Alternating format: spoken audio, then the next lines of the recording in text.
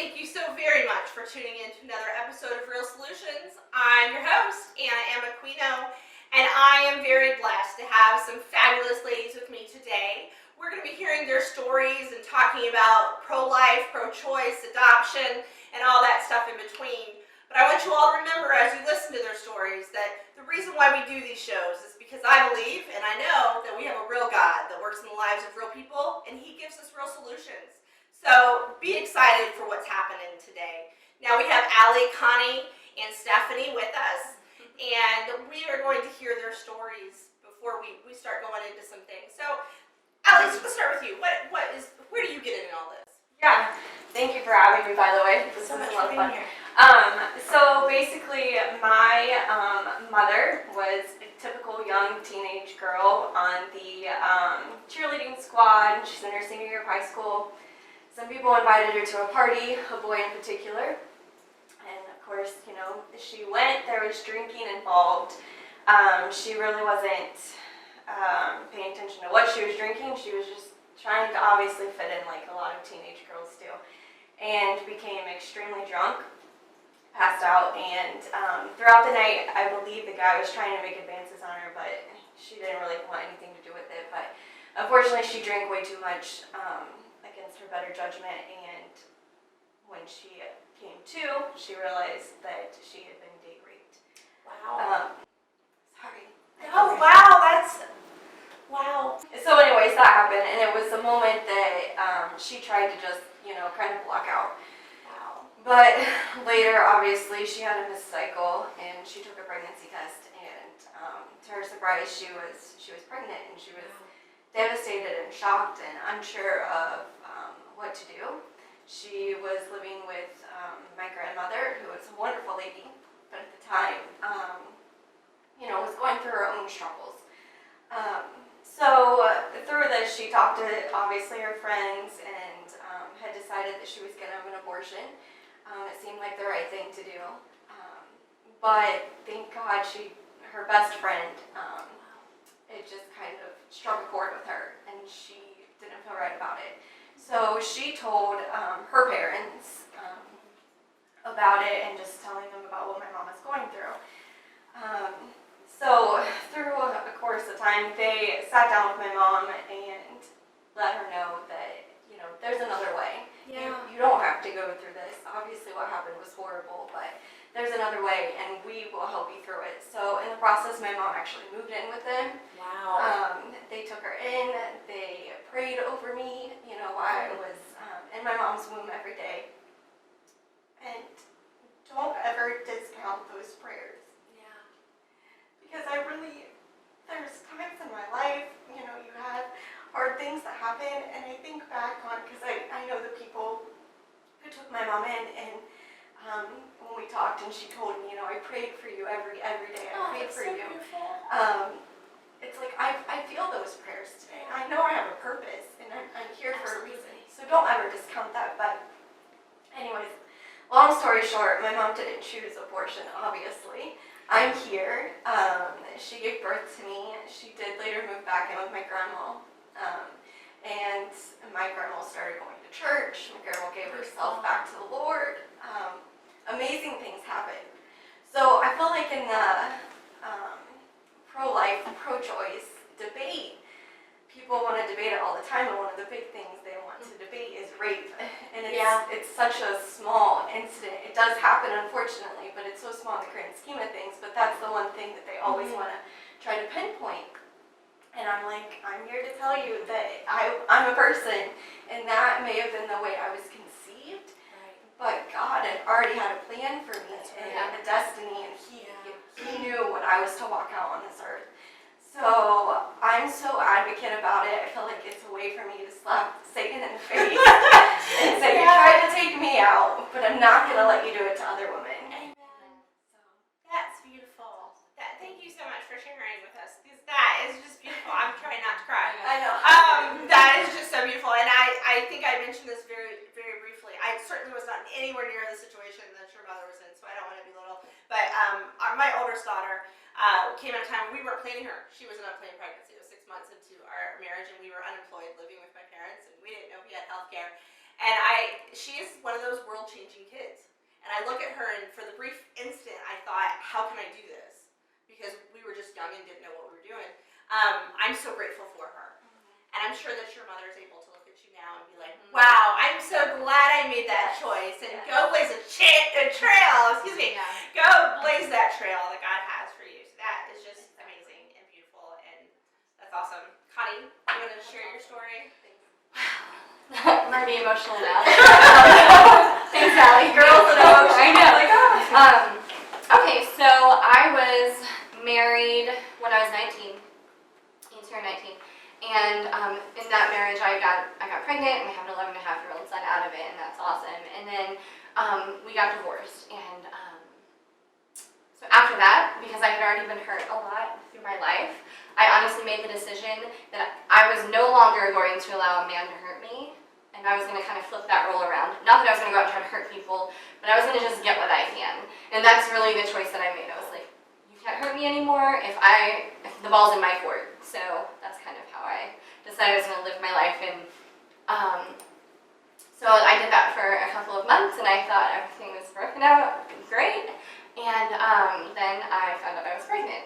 So then I had the decision of like, well, crap, what am I going to do? Because I didn't have a relationship with this person, but he was living with me. So I'm like, well, I guess we can maybe make it work. And then I also found out that he was a crack addict and going to prison. And had had felony charges and all this stuff, and so then I was like, well, I knew enough that I didn't want like my child to be raised in this type of environment. So I thought, well, what can I do? And he was like, we'll have an abortion. And I was like, I don't know if I can do that. He's like, well, you can't give our baby to anybody else, so you have to have an abortion. And I'm like, well, I guess that makes sense, because I didn't want anybody else to raise my baby, because I was a control freak, and I thought, well, at least this way I know where my baby's going, like the end result, like if I have an abortion, my baby will be in heaven. And I never really thought like, oh, it's a blob of tissue, and I don't really think any woman actually ever really thinks that either. It's just a lie that we tell ourselves to deal with the decisions that we're making.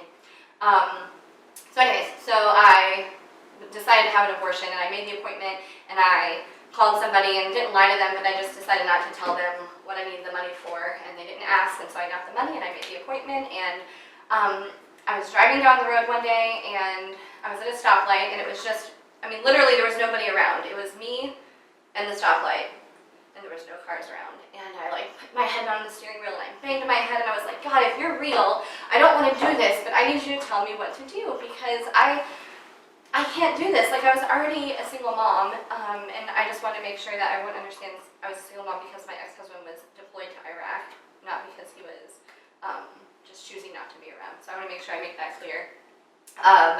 And so he was deployed to Iraq, serving our country, and so I was already a single mom, and I just did not want to raise another child without a father, especially intentionally. Right. And I was pretty much raised without a father, and I knew the repercussions it had on me, and I just didn't want to do that. And so I thought, this is my only option. So I banged my head on the steering, or my hands on the steering wheel, and I was like, God, if you don't want me to have an abortion, what am I supposed to do? And I lifted up my head, and in front of me was a giant semi-truck turning, and the entire semi-truck, sides, back, was covered with pictures of aborted fetuses. And I think it said something like, choose life, or there's another way, or there's hope. It said something like, you know, kind of cliche and two-worded, or two-lettered, and whatever worded. And I just started weeping, like, okay, I can't do that. Like, right. I don't think I can raise a baby, but I know I can't do that. And I might not be able to raise a baby, but I know I cannot kill one. Right. So, then immediately after that, I got a phone call from someone that said, I know somebody that wants to adopt your baby if you've ever considered that. And, and really quick, right after I saw this on my truck, I heard God say to me, probably for the first time ever, that I gave you this baby for this time, and this baby is not yours. You're giving it to someone else, and I will let you know who they are whenever the time is right. And as soon as I heard these people's names mentioned to me, like the Holy Spirit I didn't even know really existed, rose up inside of me, was like, that's them. And I had a stack of parents to go through from an adoption agency, and I did give them their time. I looked at them, but still none of them compared to this couple that I had already heard about, and I just knew that these were the parents for And so I explained that to my son as I was, growing. He realized there's a baby inside of me, and I said, yeah, I'm just, God gave us this baby, and we're giving it to this couple who can't have a baby. And so like we're just the house. Like that was kind of like how I explained it to my 2-year-old. And so, they've raised him and they love him and they're great parents, and God just gave us an awesome relationship. And so That's awesome. What I wanted to mention too about your story is so many times the pro-choicers get really, really mad at those pictures of all the aborted fetuses and what they really look like. America just went through a huge election season, and I'm not going to go into that. We've discussed that on this show before. But what I want to mention about that is it's just like, the lie is this is not really a baby. The lie is, what was it, that up to 9 months, certain legislation they were talking about. And let's just be real here. What happens is they're pulling apart these babies limb from limb. That child can feel pain. And that's what I wanted to mention about your story. It's as amazing as it is, those pictures saved your son's life. Yeah. I mean, God used what means were necessary, and in that moment, those pictures are what saved my son's life. And it made me remember that it wasn't just a ball of tissue, despite the fact that maybe at that point he didn't look like that, he wasn't that big, but it's still a baby growing inside of him. Absolutely. Absolutely. And I want to make mention, we're not coming down on people who have made the choice to abort in any way, shape, or form. I believe in God's forgiveness. God is with you no matter what. But I just want to say there are other options out there, and that God is good, and God has created life for a purpose. And so what is your story, Stephanie? Well, about 8 years ago, I found out I was pregnant, and the prior year to that was a terrible year. Just a lot of really bad things happened in my life, and so basically, mentally, I was not in a position to raise a baby. It was really bad stuff the year before, so it's, I'm not playing it lightly, so, and so, the moment that I found out that I was pregnant, I knew that I was going to place her up for adoption. I really didn't think about abortion, but I think of it with a different time in my life, like maybe when I was in college or another time or when I'm having a bunch of fun, I definitely could have maybe gone, at least thought that, or, So I didn't. So I knew that I was going to place her up for adoption, and it was, definitely terrifying and a really difficult time. And I didn't have a whole lot of support with my family. I actually moved to Indiana with father, and he knew that I was going to place her up for adoption. And I do want to say, if he ever hears this, that he would have gotten married. He would have, raised her with me. But I met him during that time that was so dysfunctional, and together we just were a mess. And so I just knew that that was not going to be a good life for her. And then even his parents would have adopted her, and they are wonderful people. But I just felt like it was going to be too much for them too. I just didn't feel like that was the right thing. And it was a real blessing because I didn't have much pushback from either. From there, I ended up being really depressed in Indiana, and I wanted to go live back with my dad and stepmom, my ex-stepmom. Make a long story short, a friend of mine, Helen, who I had met only really once, and she gave me her phone number, and she lived in the town or close by the town that I lived in. And I called her just randomly and kind of told her my story, and I had no place to go, and I certainly wasn't asking to go stay with her, but she said that I could stay with her for a couple weeks, which it didn't end up happening, but it was such a blessing that she offered that. That was huge. But my dad and ex-stepmom, they did let me stay with them. For Helen, she introduced me to the couple who I chose to be the parents for my. Yeah, and they are amazing people. And That's awesome. and so when I gave birth to her, and she's beautiful little. She was so beautiful. But Helen was in the delivery room, and her adopted mother, and even her mom's friend, which that just kind of by accident happened, but it was really special for her mom to have her in there. And so, I mean, it was just really special, and Helen has become like a mother figure in my life. So God just He has a way of, working a lot. Yeah.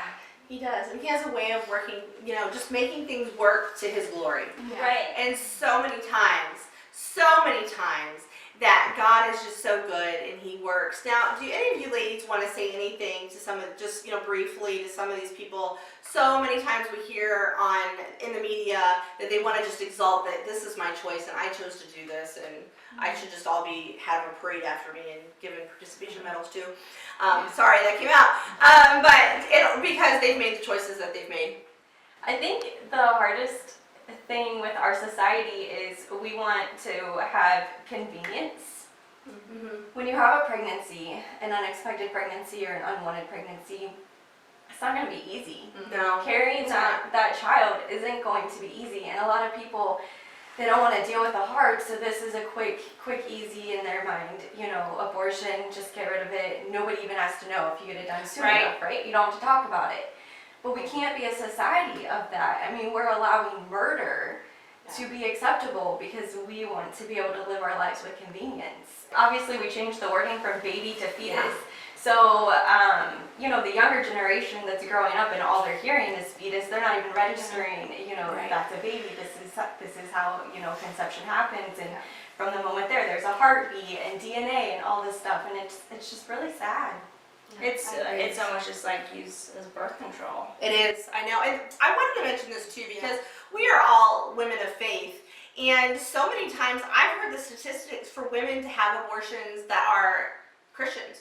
Yes. Are actually crazy high because they Really? don't want to be open with either I made a mistake or something happened, or they don't want to own it. Yes. And it's why I wanted so much, you ladies, women of faith, we're talking about this topic because it's in the church. It's Right. not just out in the world to No. all these young whippersnappers, and yes, I use the word whippersnapper, but it's in the church, and so it needs to be addressed. It needs to be talked about. Yeah, and can I just say, the first person in my sphere of influence to even mention adoption to me was my gynecologist. And that's not a dig on anybody else who happened to be in my sphere at that time, but he was the first one who said, hey, there might be another way, and just kind of planted that seed. Now, I didn't take it and run with it then, but then when I saw the pictures of the aborted fetuses, I remembered, okay, that's right, there's another way. And I mean, there's no condemnation either for anybody that has had an abortion, right. because God, absolutely. you don't always yes. know that there's another way. You might have been a product of your environment that told you it was a fetus, and you might not know. But I can tell you, once you have had that abortion, you know what you did, and there is redemption from those feelings. There's redemption from the curse that brings. There's redemption from the emotional turmoil that comes with having had an abortion. And the same with adoption. I don't think everyone realizes. I didn't personally have this issue, but I have run into other women who have that. Even after you put a baby up for adoption, there is still that emotional turmoil of that tearing of that separation. And God can redeem and restore all of that. Absolutely. And I do think though that it's different though with women who have placed their child up for adoption compared to an abortion. The feelings are different. It's still intense. Yeah. I haven't struggled with that either. I feel like God has just given me peace throughout everything, but I don't think it's going to be the same kind of guilt. And you're giving life, to a family most likely who can't have a baby, and that's amazing. And can I also just like tear down that lie really quick of like, oh, I could never give my baby to somebody I don't know. Because when you place a baby for adoption, so if anybody is watching this and possibly considering it, or maybe in the future comes across either an unplanned pregnancy or someone that had an unplanned pregnancy, you're not like giving your baby up. You're just letting God have control of that situation. Right.